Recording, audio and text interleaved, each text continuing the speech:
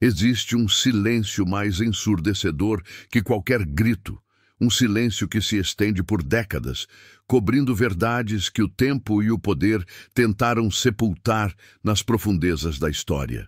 No coração árido do sertão pernambucano, em meados dos anos 1940, uma história de barbárie indizível se desenrolava, longe dos olhos e ouvidos do Brasil que se queria moderno e civilizado. Ali, o povo Pancararu, guardião de uma cultura milenar, de rituais sagrados e de uma conexão inabalável com a terra, enfrentava não uma força da natureza implacável, mas a brutalidade sistemática de um Estado que, sob a fachada enganosa de progresso e nacionalização, orquestrava a perseguição, a tortura e a expulsão forçada de seus próprios cidadãos indígenas. Suas terras, ricas em história, em espiritualidade e em subsistência, tornaram-se o palco de um massacre silencioso, onde a dignidade humana foi esmagada e a memória de um povo violentamente atacada. Mas como um crime de tamanha magnitude, tão meticulosamente planejado e executado, pode ser convenientemente apagado dos livros, seus arquivos oficiais convenientemente desaparecidos em gavetas empoeiradas, e seus algozes, protegidos pelo manto da impunidade, continuam a respirar o mesmo ar que nós, muitos deles em posições de poder e prestígio até hoje? Até quando permitiremos que o esquecimento seja a sentença final para aqueles que ousaram defender sua própria existência e identidade contra a máquina opressora? Esta não é apenas uma história do passado, é um grito abafado que ecoa até hoje, um trauma coletivo que sangra em gerações, exigindo reconhecimento e reparação. Se você acredita que a verdade não pode ser silenciada, que a memória deve ser honrada e a justiça deve prevalecer acima de qualquer conveniência política, deixe seu like, inscreva-se no canal para não perder os próximos capítulos desta investigação e comente. Estamos prontos para desenterrar o que foi escondido e confrontar nosso passado, por mais doloroso que ele seja. O sol castigava a pele, pintando o céu de um laranja incandescente, enquanto o dia se esvaía em mais uma tarde no sertão.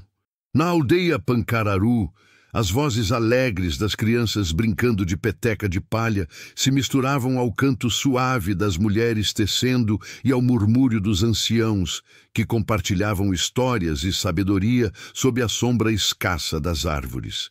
Era um ritmo de vida que pulsava em harmonia com a Caatinga, com o rio São Francisco que trazia a vida em suas águas. Uma rotina ancestral.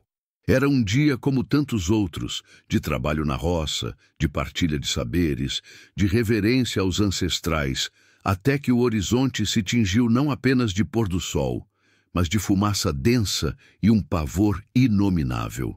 Homens armados, fardados com uniformes militares e a paisana, irromperam na paz ancestral, seus cavalos levantando nuvens de poeira sufocante que engoliam as casas de taipa, as plantações de milho e feijão e, em breve, a própria esperança de um povo. O ar, antes perfumado com o cheiro da terra molhada pela pouca chuva e das ervas medicinais colhidas na mata, deu lugar ao odor acre de pólvora, suor e um terror paralisante. O riacho, fonte de vida e de sustento, parecia secar à medida que a violência avançava, testemunhando em silêncio a barbárie. Cestas de palha habilmente trançadas, potes de barro que guardavam a água preciosa e o alimento, redes de dormir tecidas com esmero e que abrigavam sonhos, objetos que representavam a simplicidade, a resiliência e a riqueza cultural de um povo, foram impiedosamente pisoteados, quebrados, virados ao avesso, como se a própria identidade Pancararu estivesse sendo profanada e desmantelada. Não havia gritos de guerra dos indígenas, pois eram um povo de paz. Apenas os de dor, desespero e uma incompreensão dilacerante. Crianças eram arrancadas dos braços de suas mães, seus choros agudos abafados pela brutalidade dos invasores.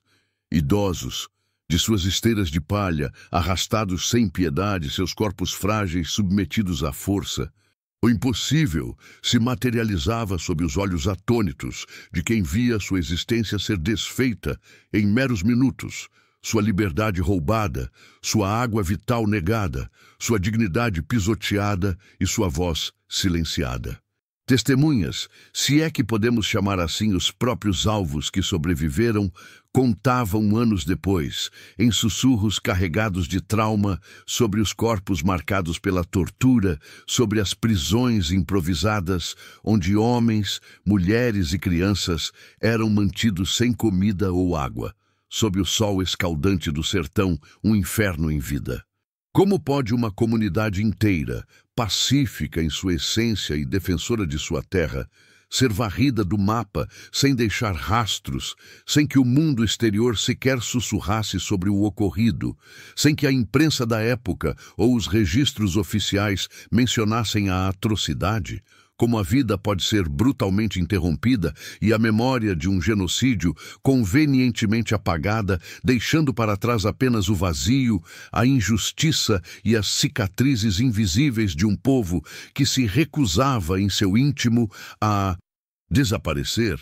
Este é o início de um enigma que atravessa décadas, um cold case que desafia o tempo e a conveniência de quem quer que a verdade permaneça enterrada.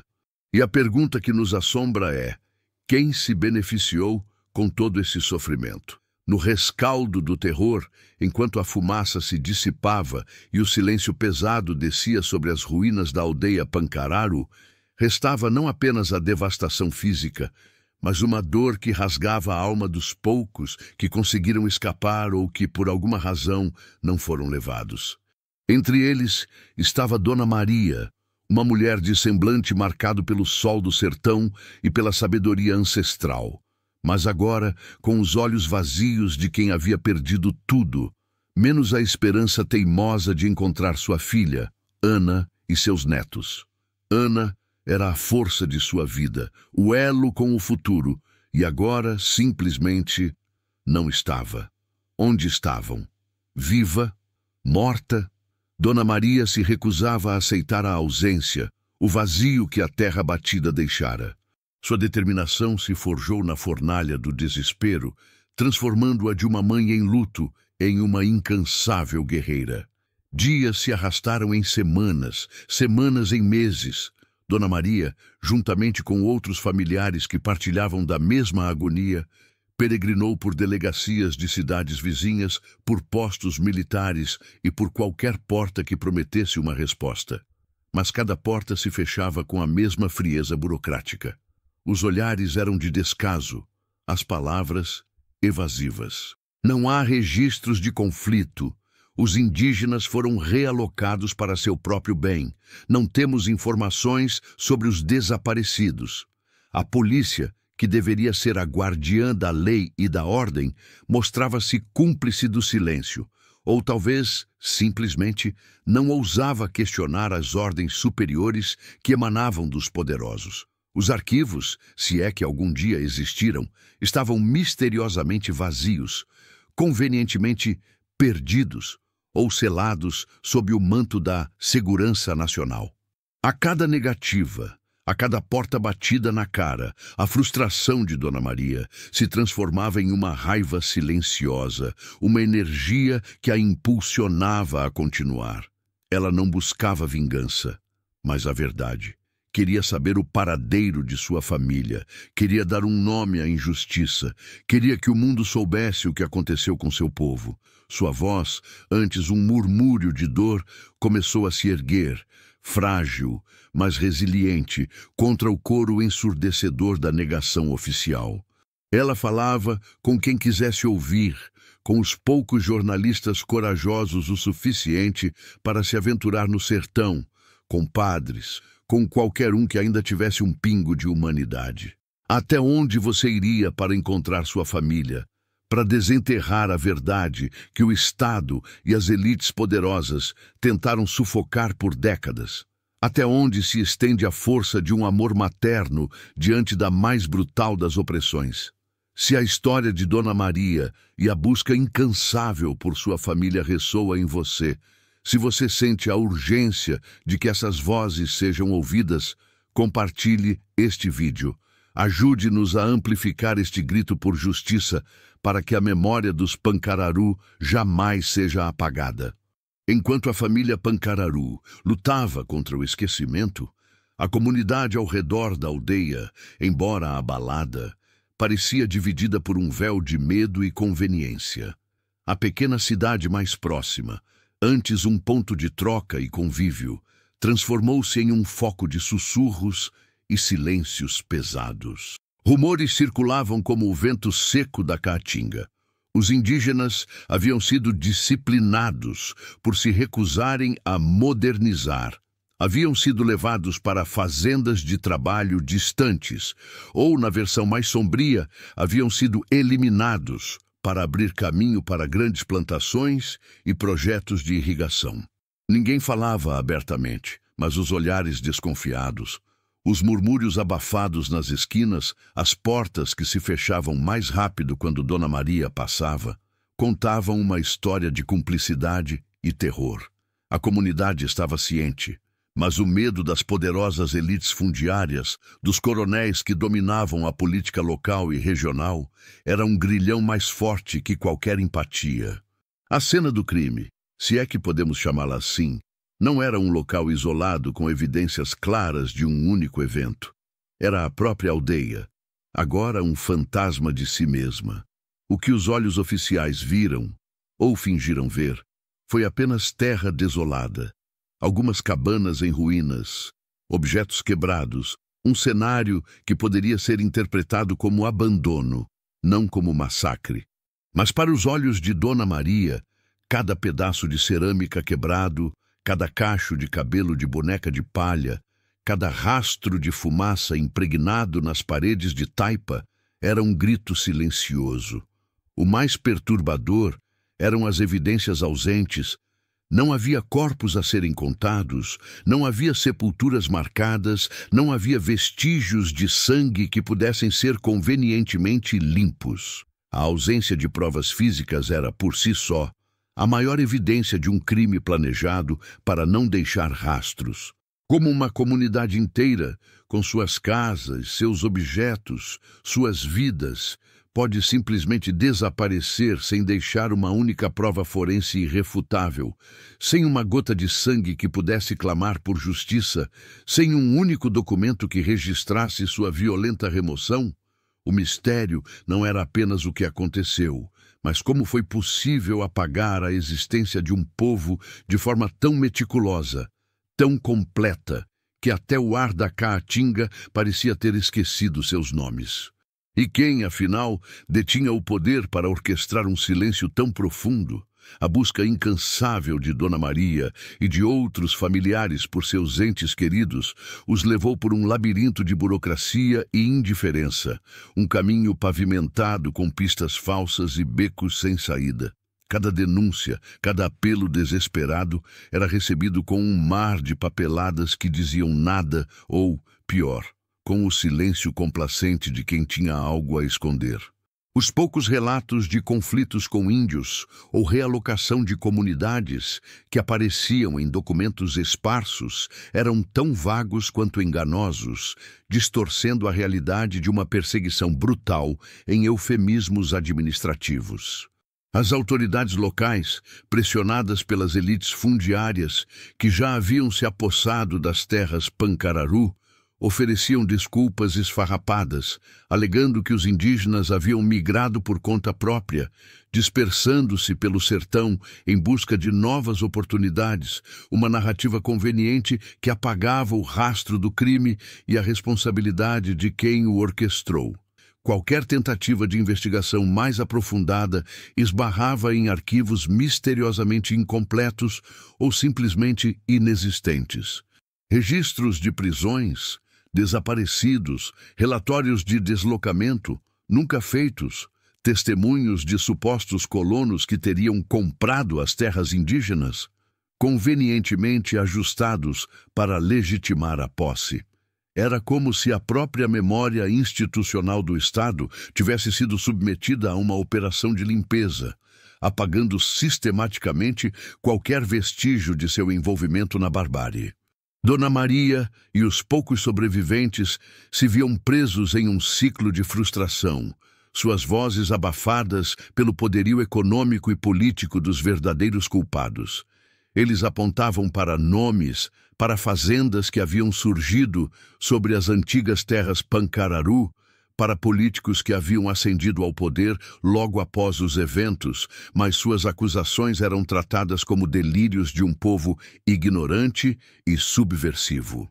A verdade era uma miragem no deserto da impunidade, e a justiça, um rio que se recusava a correr para eles.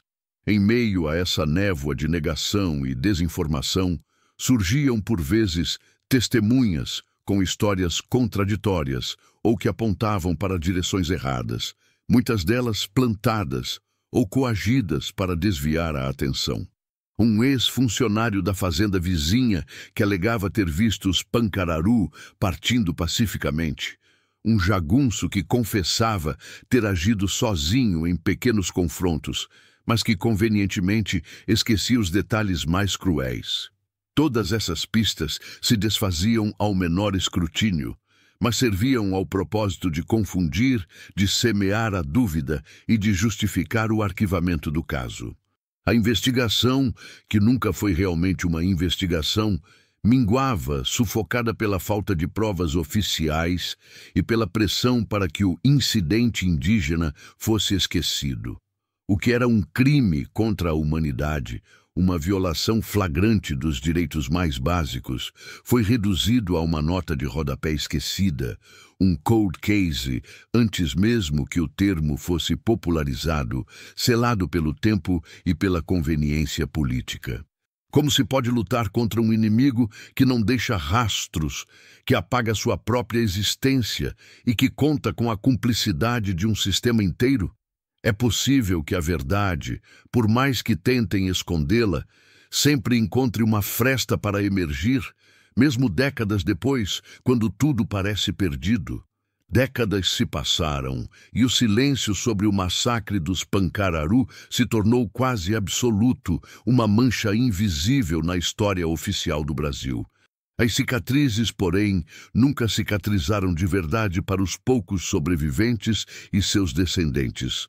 Foi nesse contexto de esquecimento imposto que surgiu a figura de Luana, neta de Ana e bisneta de Dona Maria, a mulher cuja história de dor e resistência se tornara uma lenda familiar, um fardo e uma missão. Luana carregava em seu sangue não apenas a memória do trauma, mas a força inabalável de seus antepassados. Impulsionada por uma busca obstinada e irrefutável por justiça, ela se recusava a aceitar o veredito do tempo. Sua obsessão era a verdade, e ela sabia que, em algum lugar, nos escombros do passado, os fragmentos ainda existiam. A jornada de Luana a levou a conhecer Pedro, um jovem e idealista jornalista investigativo, recém-saído da faculdade, com um fogo na alma e uma sede por histórias que o sistema tentava calar.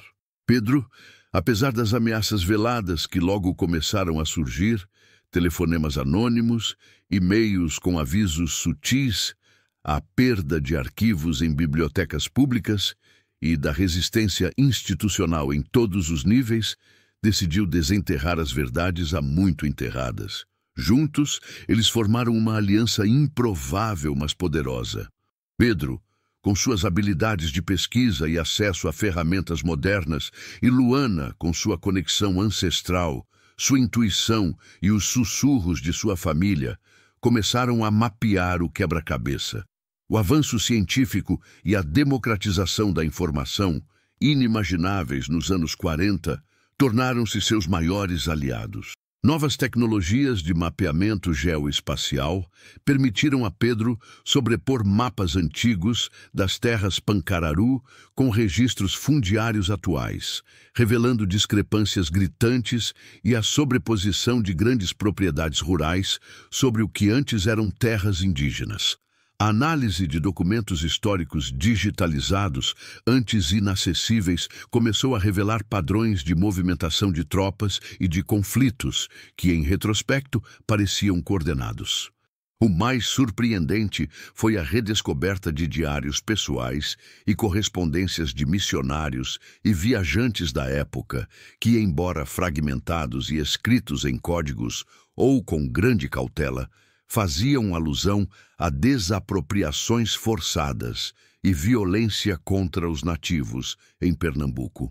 Essas descobertas, embora não fossem provas concretas de um massacre, eram o fio da meada, o sopro de vida em um caso que a todos parecia morto.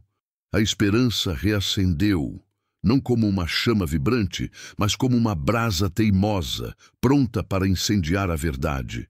O que mais esses arquivos escondidos poderiam revelar? E quem, afinal, seriam os verdadeiros rostos por trás da barbárie, agora que a escuridão do tempo começava a se dissipar? As brasas teimosas da verdade, alimentadas pela obsessão de Luana e pela tenacidade investigativa de Pedro, começaram a crepitar com um calor mais intenso. O que antes eram meros indícios, sussurros do passado e fragmentos de memória, agora se solidificavam em um panorama aterrorizante. O mapeamento geoespacial, que Pedro havia dominado com maestria, tornou-se uma ferramenta cirúrgica. Ao sobrepor imagens de satélite modernas com os poucos mapas topográficos e registros de posse de terras da década de 1940, eles puderam ver, com uma clareza chocante, a exata delimitação das terras ancestrais Pancararu. E sobrepostas a elas, como um parasita, surgiam as extensas fazendas de gado e monoculturas, que décadas depois pertenciam a algumas das famílias mais influentes e ricas da região. Não era uma coincidência, mas um padrão, uma estratégia de grilagem institucionalizada, onde a pacificação indígena era apenas um eufemismo para a desapropriação violenta. Os arquivos digitalizados, que Pedro vasculhava incansavelmente em bibliotecas e arquivos públicos acessíveis online, começaram a revelar decretos estaduais e federais da época que, sob o pretexto de desenvolvimento regional ou segurança nacional, autorizavam a realocação de comunidades indígenas. Esses documentos, antes considerados inócuos, agora pareciam planos de guerra meticulosamente elaborados. Eles identificaram nomes de políticos locais que ascenderam rapidamente após a pacificação da região, de empresários que se tornaram barões da terra e até de alguns oficiais militares que foram condecorados por sua contribuição à ordem. A rede de cumplicidade não era uma teoria. Era uma teia complexa, friamente documentada, onde cada nó representava um ato de violência ou uma decisão política que selou o destino dos Pancararu. Os diários e correspondências de missionários, por sua vez, trouxeram a dimensão humana da tragédia. Uma freira belga, que atuou na região nos anos 30 e 40, descrevia em cartas codificadas a miséria imposta aos nativos e o terror de homens fardados, mencionando a privação de água e alimento como arma e a remoção forçada para campos de trabalho que pareciam prisões. Ela narrava o desespero das mães, o choro das crianças, a resistência pacífica que era respondida com brutalidade. Essas eram as vozes que o Estado tentou silenciar, os testemunhos que o tempo quase apagou. Luana sentia cada palavra, cada linha, como se a voz de sua bisavó, Dona Maria, estivesse ecoando através das décadas, validando sua dor e sua busca. Quanto mais perto Luana e Pedro chegavam da verdade, mais densa se tornava a névoa de ameaças. Os avisos velados se transformaram em mensagens explícitas, anônimas, mas carregadas de uma intenção sinistra. Portas de seus carros abertas misteriosamente, e-mails com arquivos corrompidos que pareciam ter sido adulterados, até mesmo a sensação constante de estarem sendo observados. Era a sombra dos verdadeiros antagonistas se alongando, uma rede de poder que ainda hoje exercia sua influência, protegendo seus segredos e seus impérios construídos sobre sangue e injustiça.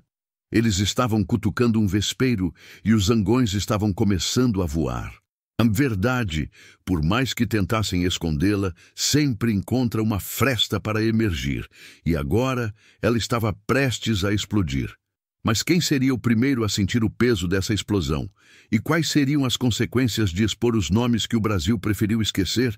Se você está tão indignado quanto nós com essa teia de silêncio e poder, compartilhe este vídeo em suas redes sociais. Ajude-nos a furar essa bolha de impunidade e a trazer à luz os crimes que o tempo não pôde apagar. A primeira medida de Luana e Pedro foi criar uma linha do tempo minuciosa. Cruzaram os dados dos diários dos missionários com os registros de propriedade da terra e os arquivos políticos da época.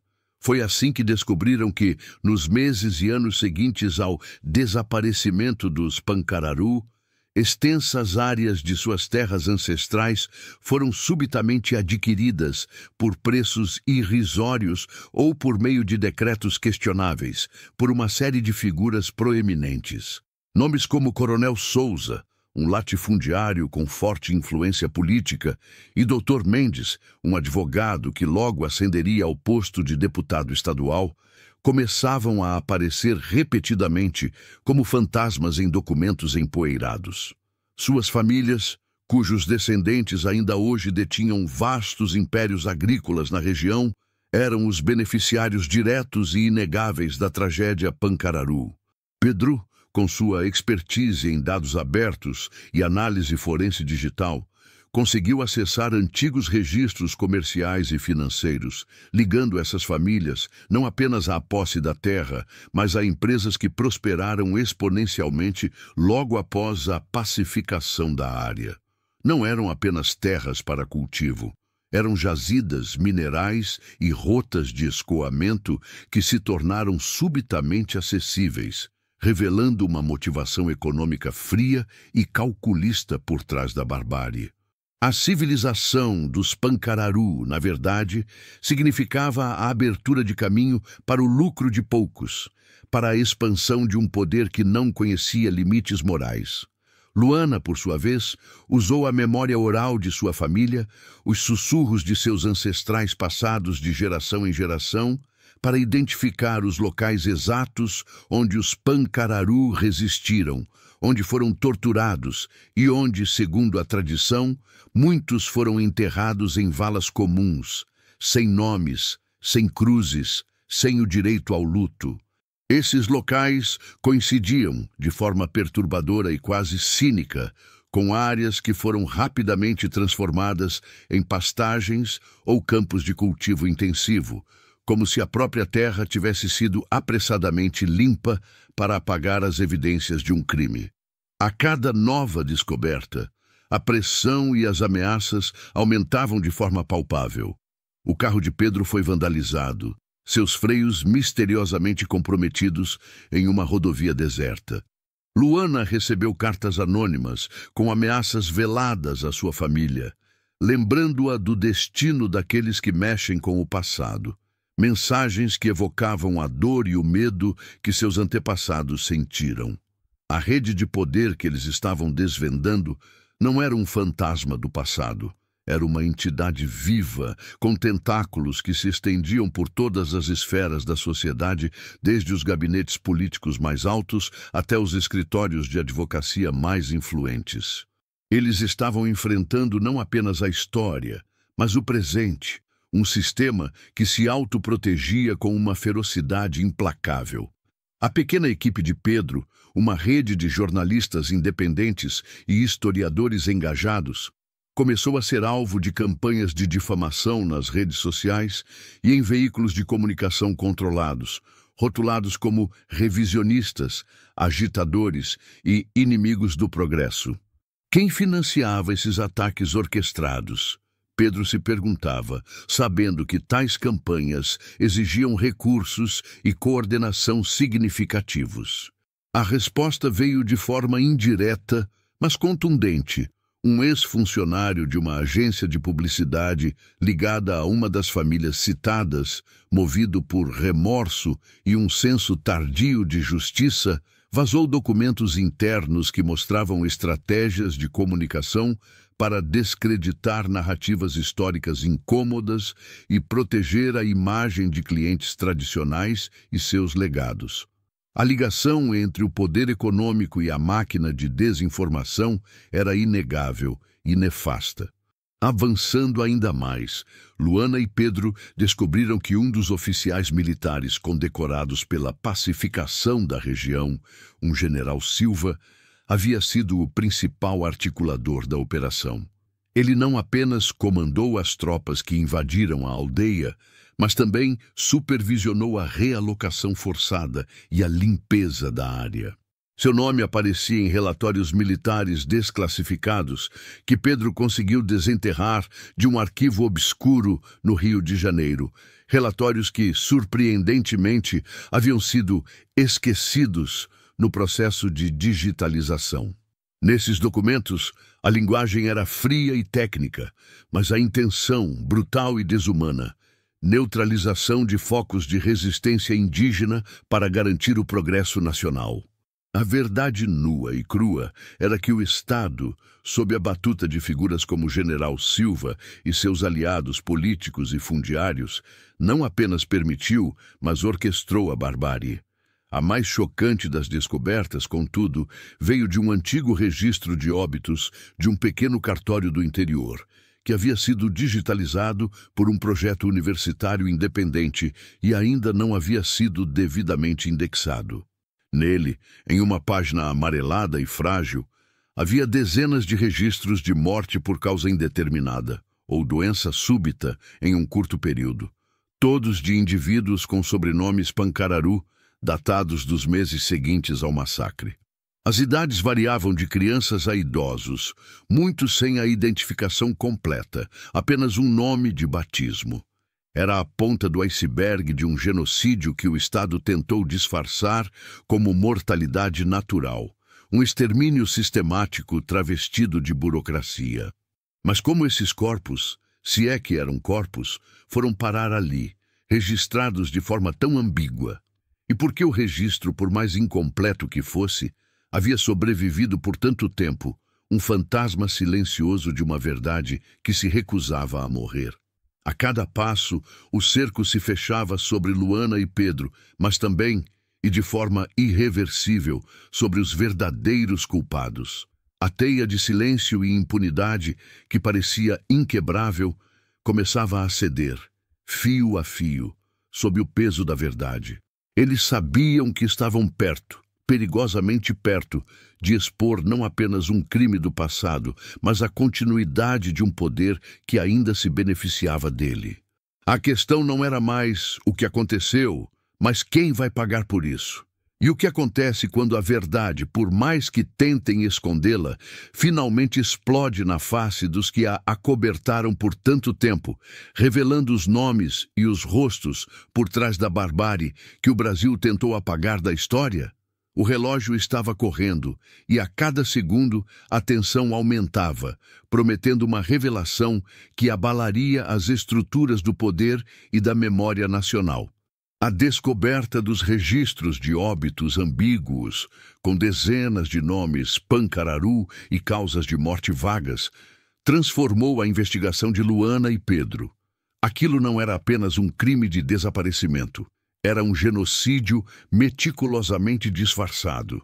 Mas como esses registros se conectavam à narrativa oficial de realocação e aos campos de trabalho mencionados nos diários dos missionários?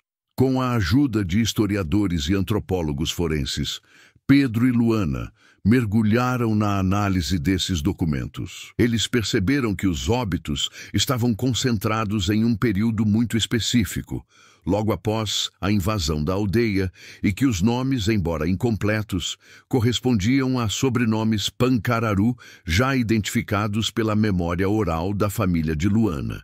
Muitos dos falecidos eram crianças e idosos, os mais vulneráveis. A pesquisa revelou que, na época, era comum que grandes fazendas ou projetos estatais que utilizavam mão de obra forçada ou semi-escrava tivessem seus próprios registros de mortalidade, muitas vezes subnotificados ou com informações deturpadas para evitar escrutínio. Cruzando esses dados com as descrições dos missionários sobre os campos de trabalho e as prisões improvisadas, eles identificaram um padrão horripilante. O general Silva, em seus relatórios, mencionava a criação de centros de reeducação para indígenas em fazendas recém-adquiridas pelos coronéis e políticos aliados. Estes centros eram, na verdade, locais de detenção onde os pancararu eram submetidos a trabalho exaustivo, privação de água e alimento e tortura psicológica e física, com o objetivo de quebrar sua resistência cultural e forçá-los a abandonar suas terras e identidade. As mortes por causas indeterminadas eram o resultado direto dessas condições desumanas. Um extermínio lento e sistemático. A obsessão de Pedro o levou a um antigo repositório de mapas topográficos da década de 1950, onde, surpreendentemente, um mapa militar de uso restrito continha uma pequena anotação em código, indicando a localização de um posto de vigia e reeducação indígena, um dos eufemismos para os campos de trabalho forçado. A coordenada apontava para uma área isolada dentro de uma das fazendas mais extensas, hoje pertencente aos descendentes do coronel Souza. Era o elo que faltava. A prova geográfica de que os pancararu não haviam migrado, mas haviam sido sistematicamente confinados e explorados. Luana, ao visitar a área, sentiu um arrepio. Aquele local, hoje coberto por pastagens e plantações, era para sua família um lugar de dor e memória. Guiada pelas histórias de sua bisavó, ela identificou um trecho de terra onde a vegetação parecia diferente, o solo mais denso, como se guardasse segredos profundos. Com a ajuda de um geólogo independente que se sensibilizou com a causa, eles realizaram uma varredura com georradar.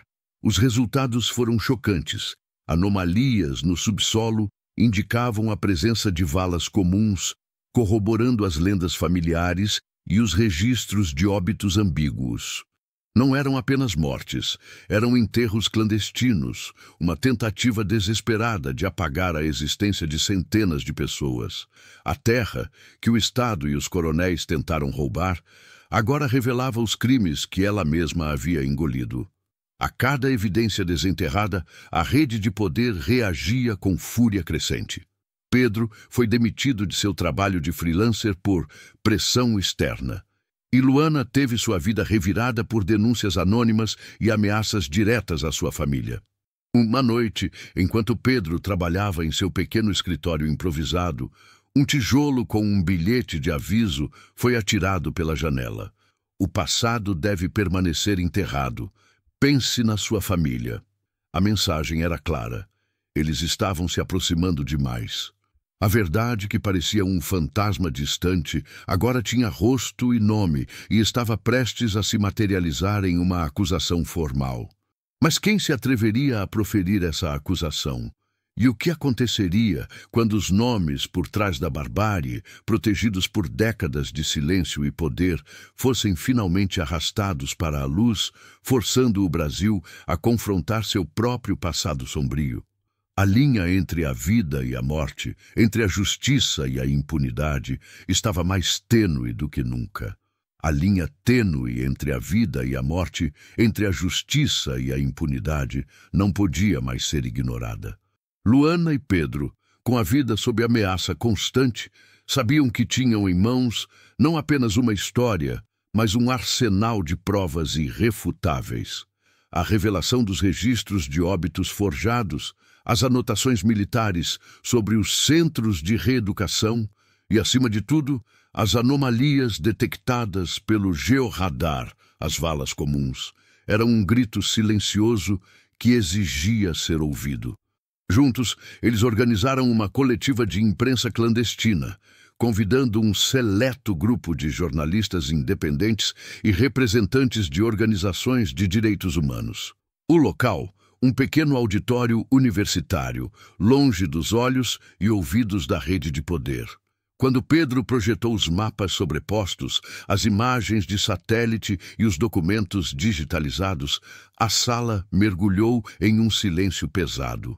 Luana, com a voz embargada, mas firme, apresentou os diários dos missionários e os testemunhos orais de sua bisavó, Dona Maria. Ela apontou para os nomes: General Silva, o arquiteto da barbárie, Coronel Souza e Dr. Mendes, os beneficiários diretos do sangue Pancararu, cujas famílias, até hoje, controlavam vastas extensões de terra e poder na região.